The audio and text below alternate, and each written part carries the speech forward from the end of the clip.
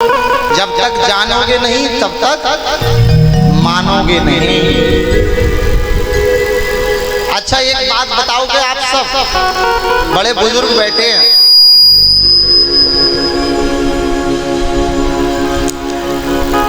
ये बताओ भगवान को जानने में लाभ है या मानने में? बताओ, भगवान को जानने में लाभ है या मानने में? मानने में। मानने वाले कितने हैं? हाथ खड़ा करो। मानने वाले। और जानने वाले कितने हैं कि भगवान को जानेंगे? सही समझे नहीं क्या? अच्छा, जानने वाले हाथ खड़ा करो। जानने वाले करना जो भगवान को जानना चाहते हैं। बहुत बढ़िया, क्या बात। अच्छा, मानने वाले खड़ा करो। अब मैं समझाऊंगा मैं बात। जाने हूँ बिनु न होए प्रतीति, गोस्वामी जी ने फिर ये क्यों लिखा? अगर मानने में लाभ है तो ऐसी डुबकी लगाते रहेंगे अब हम लोग 7 दिन तक। आज की कथा जिसने सुनी उसको पूरी 6 दिन की कथा समझ में आ जाएगी आगे की। आज की कक्षा में जिसको प्रवेश मिल गया उसको भागवत समझ आ जाएगा। आप लोग तो हर वर्ष कथा सुनते हो, भाग्यशाली हो। अच्छा, एक बात उदाहरण के तौर पर, वेद कहते हैं कि भगवान को जाना नहीं जा सकता। नेति नेति कहकर वेद भी मौन हो जाते हैं। तो आप और हम क्या जानेंगे भगवान? जो ज्ञान का साक्षात स्वरूप वेद है वो भी भगवान की स्तुति में कहते हैं ना इति ना इति, आपका कोई अंत नहीं। तो भगवान को जानने वाले तो सोचे कि वो तो उनकी यात्रा पूरी होगी नहीं कभी। भाव से सुनो, तो मानने में लाभ है। काय में लाभ है? जैसे उदाहरण दूंगा मैं। एक माता अपने पुत्र से कहती है ये तेरा पिता है, तो वो पुत्र कभी जीवन में संदेह नहीं करता और उसको अपना पिता मान लेता है। वास्तविकता में माँ ही जानती है कि कौन उसका बायोलॉजिकल फादर है। लेकिन क्या पिता पर पुत्र माँ से प्रमाण पत्र मांगता है? आज मीडिया में क्या हालत है? मीडिया में भगवान को होने का प्रमाण मांगते हैं, राम सेतु का प्रमाण मांगते हैं।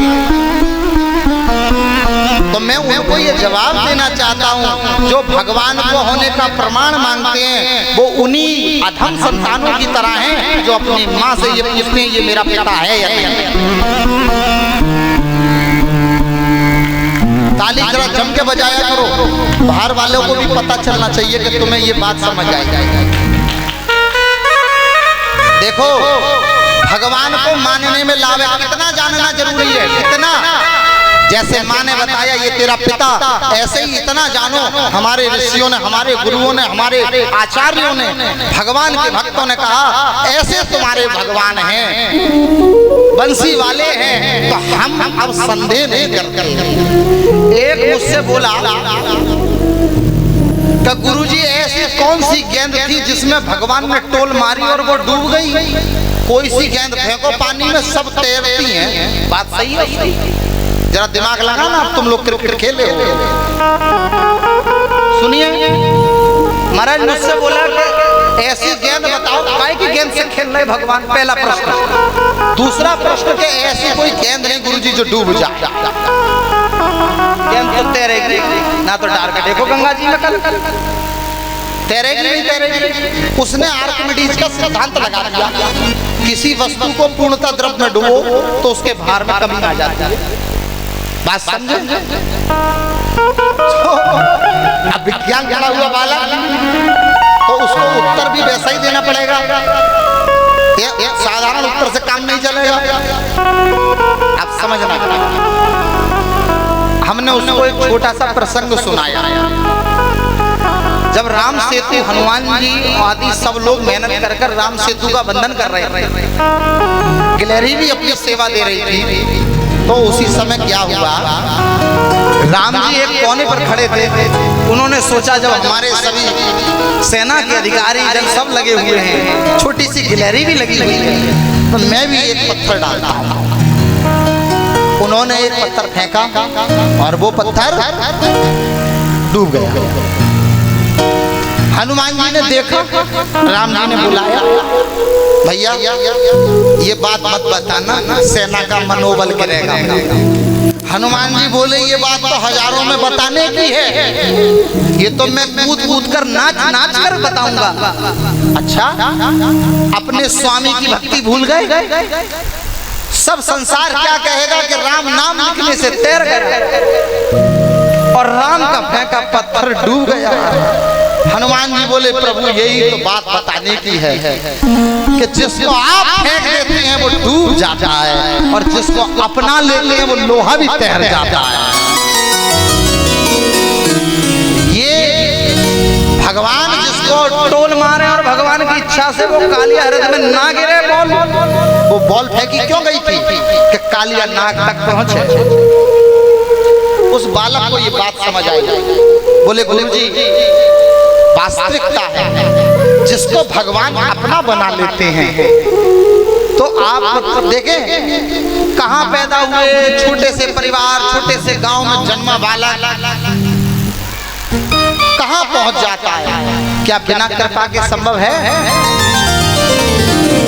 परिश्रम करे कोई कितना भी, लेकिन कृपा के बिना काम बनता नहीं है। अगर परिश्रम से सब मिलता तो सबसे ज्यादा किसानों को मिलना चाहिए। इस पूरे देश के अंदर, संसार के अंदर अगर कोई मेहनत करता है सर्वाधिक तो किसान करता है। किसी किसान के फैट नहीं मिलेगी, किसी किसान का लीवर फैटी नहीं होगा।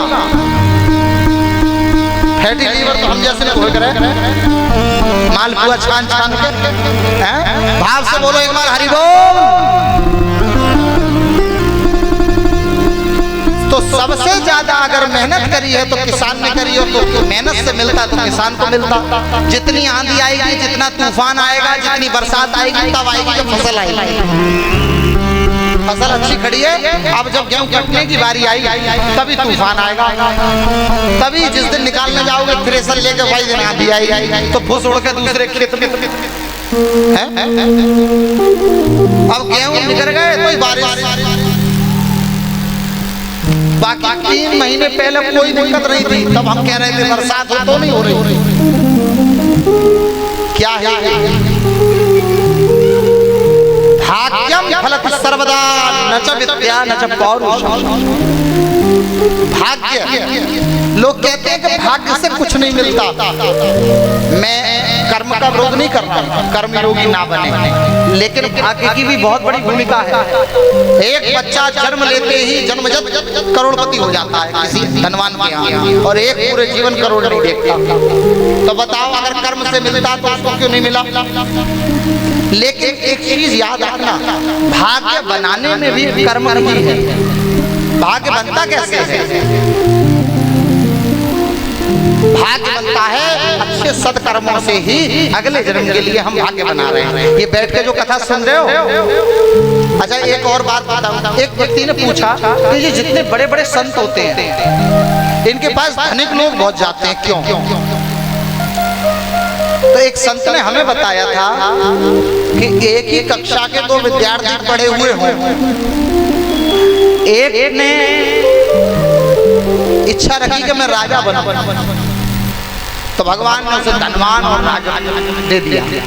दूसरे ने विरक्ति का मार्ग चुना, वो महात्मा बन गया सब कुछ छोड़कर। अब होता क्या है कि जो एक ही विद्यालय के छात्र हैं तो उनको दोनों को जब शांति तब मिलती है जब वो वैरागी के पास जाता है। बड़े बड़े धनवानों को देखा होगा आपने, संतों के चरणों में बैठे हुए, जो सब कुछ छोड़कर आए उनके पास धनवान बैठते हैं। क्यों? क्योंकि वो भी पुण्य कर उसने पुण्य किया है, इसीलिए वो धनवान है। और ये संत ने भी पुण्य किया है जो भगवान के मार्ग पर लगा हुआ है। इसलिए महिमा जो है कर्म की है। कर्म में दोनों में अंतर नहीं है, लेकिन एक ने क्या चुना? एक ने चुना विरक्ति का मार्ग और एक ने चुना प्रवृत्ति का मार्ग।